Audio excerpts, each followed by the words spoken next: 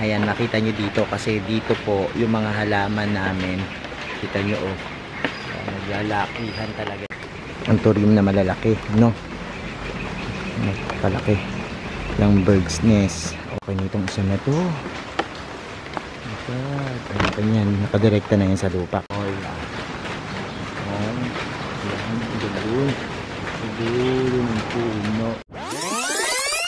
Hello everyone, this is Sir Misunaut Mini Dino Park and Eco Garden and welcome back sa ating YouTube channel. And for today's video, hindi tayo nakauwi sa ating garden sa Giginto, pero nandito tayo sa Santa Maria. Dito tayo stranded ano. Pero anyways, nandito naman tayo na. I'm sure na miss nyo yung mga plants ko dito, no? Yung aming mga halaman dito na naglalakihan. Pakita ko sa inyo yung update. Samahan nyo ko kung ready na kayo mga ka-MDP. Tutok lang.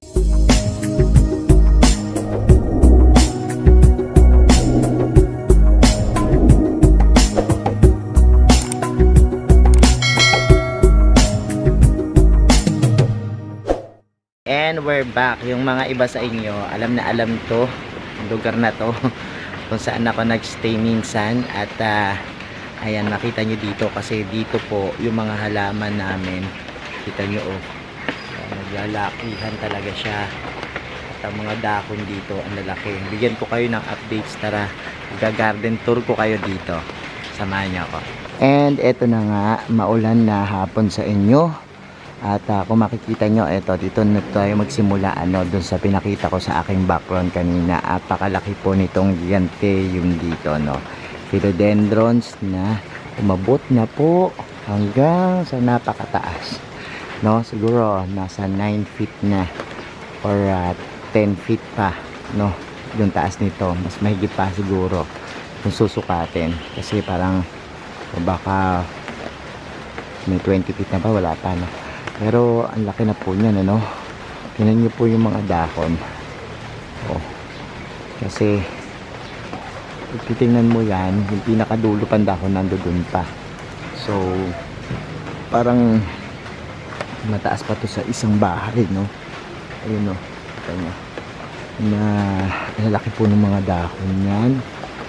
And kung ating ilalagay mga kamay natin, buo tayo ng 10 palad ano, para ma-visualize nyo yung laki nito. Tapos yung trunks nito, i-hintayin yung na to. Ito, tingnan nyo, napakalaki, sobrang laki, no. So eto, meron tayo ditong selung, no, sa Kudyaman, malaki na din siya. Pero mas malaki na sa garden natin sa Giginto, ano, yung sa Mini Dino Park and Eco Garden. Kasi ito medyo maliit dito. Actually, marami rin ako ditong philodendrons na iba-ibang klase, no. Ayan, hindi ko lang alam kung nasaan na nga yung mga yan. Ayan, no. Kita nyo may tatluhang leaves. Tapos meron tayo dito, oh, yun. Ganda. Parang lahi ng Caladium yan. Yan yung iba dito, inuwi ko na eh, no. Pero dito meron kaming malaking bird's nest. Pero this one is parang cardboard, no. So yan, look, mga philodendrons namin dito ko nilagay yan para lumaki. Kaya lang parang humaba lang sila ng humaba, ano. Anyways, ayan eh, meron kami ditong tanim na ano tong mapait na to. Serpentina, yan. Meron kami dyan serpentina. Hindi namin yan binubunot yung mga serpentina. Ano kaya to? Kung nakita ko dito, ito yung namumulaklak ng, akala ko namatay na to before, nakaano to eh, nakasabit. Ang ganda ng bulaklak nito. Yung isa na to, meron kami yung Dieffenbachia. Yan, snake plants. Yan, may mga iba't ibang klase tayong mga ano dyan. Yan. Ang tawag dito, yung sa peacock, no, peacock. Ito, meron tayong ganyan, Dieffenbachia din. So halo-halo mga halaman namin. Ito, lumaki na, anak to nito, pero ang tagal, slow grower talaga tong mga ang turim na malalaki, no. Palaki. yung bird's nest. O, may bulaklak na naman. Diyan ang gagaling yung mga anthurium namin. Ayan o. So, yan. Ito Calathea pala. Yan. Calathea. Tapos meron din kami ditong mga, ayan, Calathea din.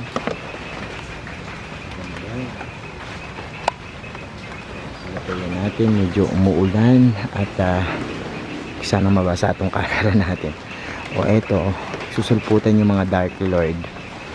O meron kami dyang maganda. Ang gaganda ng mga kulay ng mga halaman namin dito.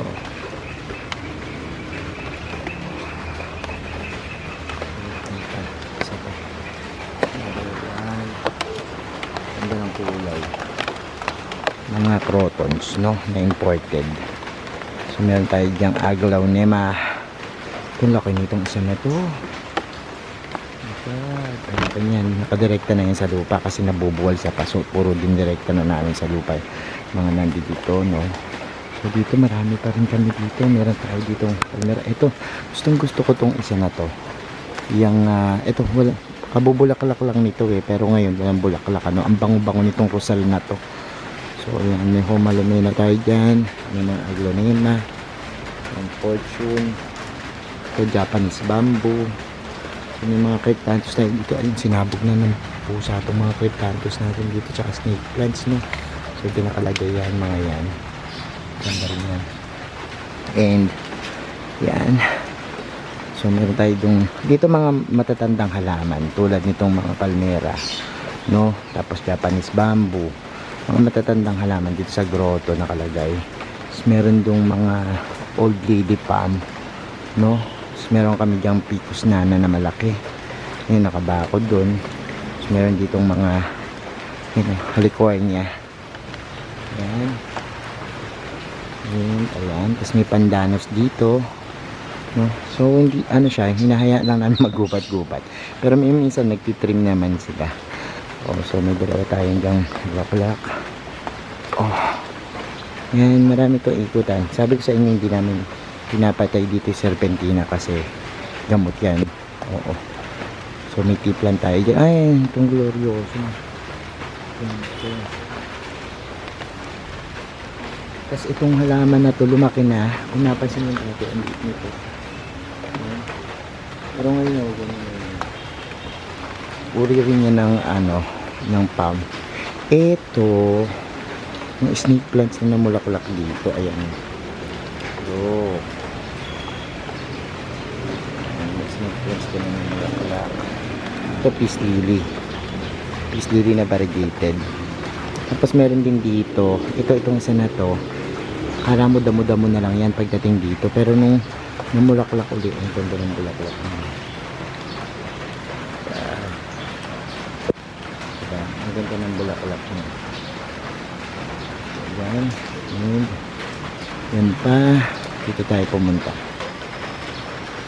Wow. Yan. Oh. Burl March. Tapos mayroong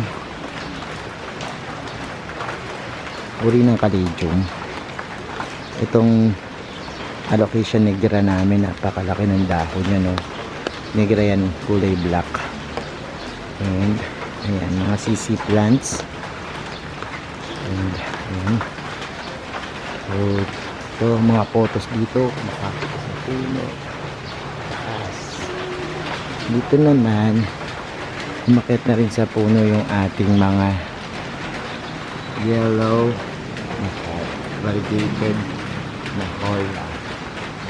Yan, doon yung puno. Napakalagay niya.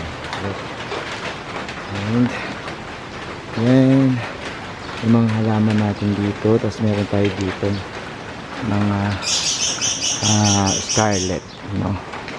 Yung ating Dracena na marginata, no? Oh, so napakarami natin dito mga plants pa. Yun lang naman, sarap tumingin dito. At yun yung ating mga halaman na malalaking dahon. Meron kami dyan na lemon lime na rubber tree.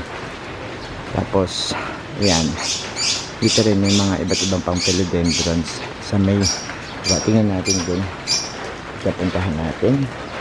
Mabagay dito tayo dyan, and yan, makita nyo, wow, diba, kulay black siya, cardinal.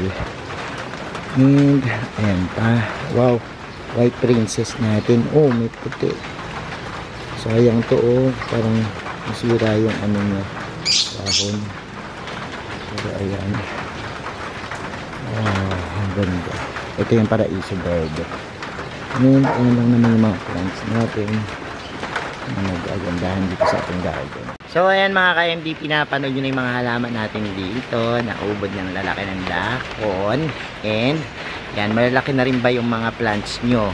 And update nyo ako doon sa mga plants nyo. Mag-comment kayo ng picture dito, or yan, mag-comment kayo dyan sa ating vlog, ano. And I hope nabusog ko yung mga mata nyo ngayong araw na to, at maulan, mag-ingat po ang lahat. And abangan ano yung ating susunod na vlog sa ating garden. Thank you so much sa inyong panonood ngayong araw na to. Sa mga hindi pa po nag-subscribe sa ating YouTube channel, kung bet na bet yung po igatong usapan plants and gardening, mag-subscribe na po kayo. Huwag niyo pong kalimutang i-hit yung notification bell para laging updated sa aming latest uploads. Pati po sa iba't iba nating social media accounts, sa ating TikTok, Instagram, Facebook page, search na po Hermie Sunao or Mini Dino Park Eco Garden. Makikita nyo na yan. Salamat na maraming mga ka-MD. This is Hermie Sunao nagsasabi sa inyo ng happy planting. Bye!